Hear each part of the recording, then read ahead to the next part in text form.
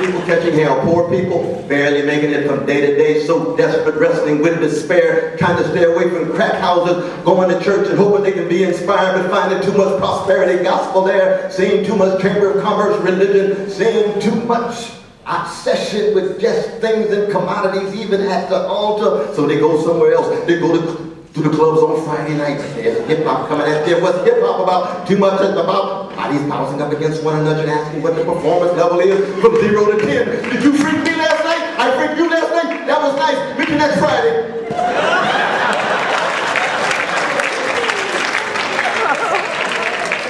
Is that going to sustain the folk?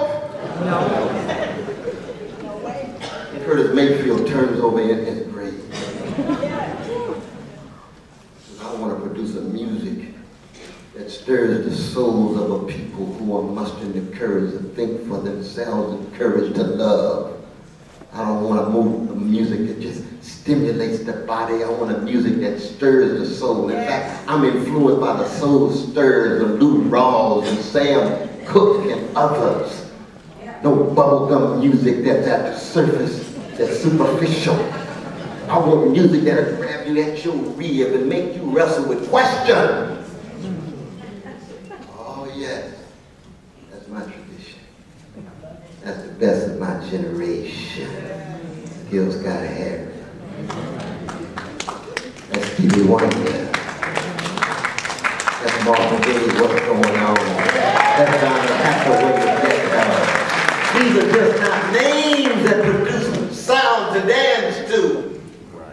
They go all the way back to the spirituals on the side of the creek at night, when the genius of a black people was raised in lifting every voice, which became the very anthem of a black people, lifting every voice after that voice has been Socratized, raising questions about evil like white supremacy and later on male supremacy and later on class privilege, generating levels of inequality. Then it went through the blues. Here come Ma Rainey, here comes Bessie Smith, uh-oh, here comes Charlie Parker. Not just blowing a European instrument, raising questions. Oh, Coltrane, what are you talking about? It's called a love supreme. Listen to the critique of Socrates. It's a critique of Socrates because it's critical of who I am, of the white supremacy in my society, of the overlooking of poverty, but also listen to the melody. Because that sound is rooted in the history of those spirituals, in the history of the blues, history of rhythm and blues. It's not as if young people don't have folk who are connected in this way. Gil Scott makes a connection. Yes. Indian Irene makes a connection. Carry us, what we go on and on, tell it one of the hosts about it. They're not dominant.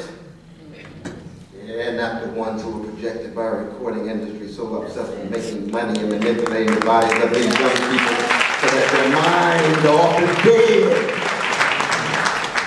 They know the intimate connection between spiritual malnutrition, the emptiness of the soul, and moral constipation. Y'all know what moral constipation is. You know what's right and good, you're just stuck and can't get it.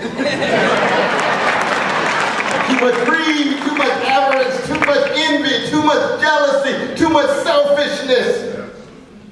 Morally constipated. See it in Wall Street. See it in City Hall. Well, I do want to acknowledge my dear brother Andrew Spivey. Where is he? Where is he? Stand up, my brother. Give this brother a hand. Give this brother a hand. Christian ministers, one of those citizens. I didn't have him stand because I was talking about what's going on in these city halls not doing right. Because all city halls have challenges.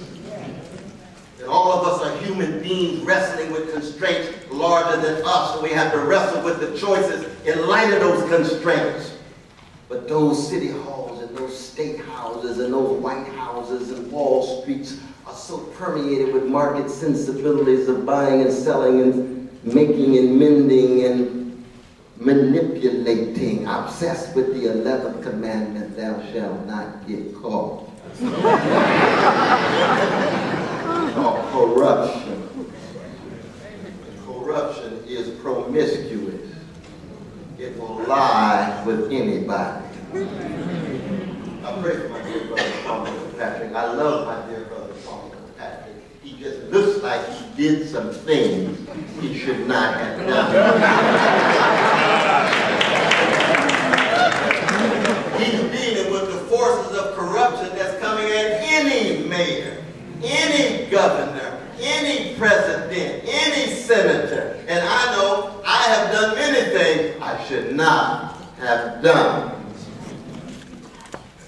I end up in prison. I told you first.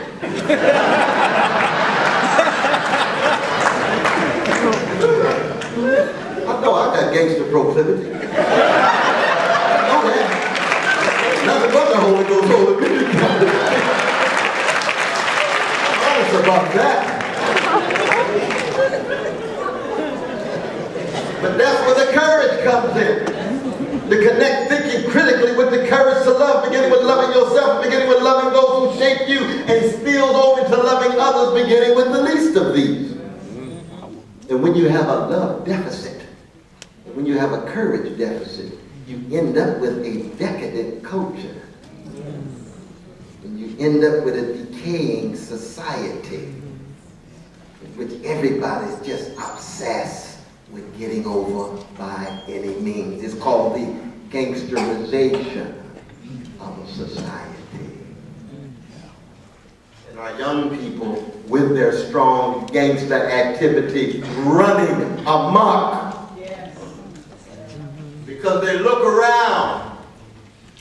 As soon as they come out of the tomb, and what do they see? First, not enough love. Daddy's off and on the move.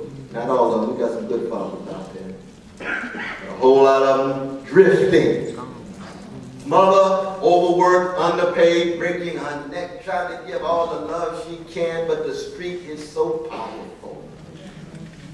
Cutting against the grain, but the street is so powerful. The recognition, the status. You go to school, trying to unleash Socratic energy, but you're cutting against the grain with TV and video. So many of the young folk thinking that somehow they know how to raise themselves and get through with their distance from older people. I listen very closely to young folk these days because I grew up in a ghetto, but it was a neighborhood. Yes. That's right. The difference between a ghetto that's a neighborhood and a hyper ghetto that's a hood. So the neighborhood, folk are financially broke as the 10 Commandments, but you still got love for them. That's right. And that's what we had. Shiloh Baptist Church and Willie P. Cook and Deacon Hinton and Sarah Ray and Vacation Bible School. That's not a joke. Those folk knew how to love. And they had choirs, they just had praise teams. Sing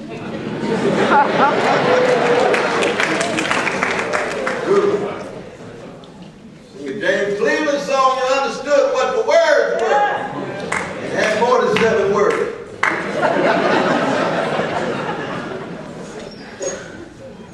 But a hood is survival of the slickest, our precious, priceless young folk out there dealing with the bullets every day. Not enough love coming at them, feeling they're not cared for, feeling they're not targeted, and they're pulled by the gangs who tell them, you are somebody, you are recognized, you are acknowledged to be somebody, come with us. What you gonna do? We got tons of money. Where you get all that money from? Underground economy. Underground economy, what's that? All of these drugs coming through and guns, where's the drugs coming from? Afghanistan, we in war in Afghanistan. We thought we were cutting that off. No, we got more than ever in Detroit. Where's all the guns coming from?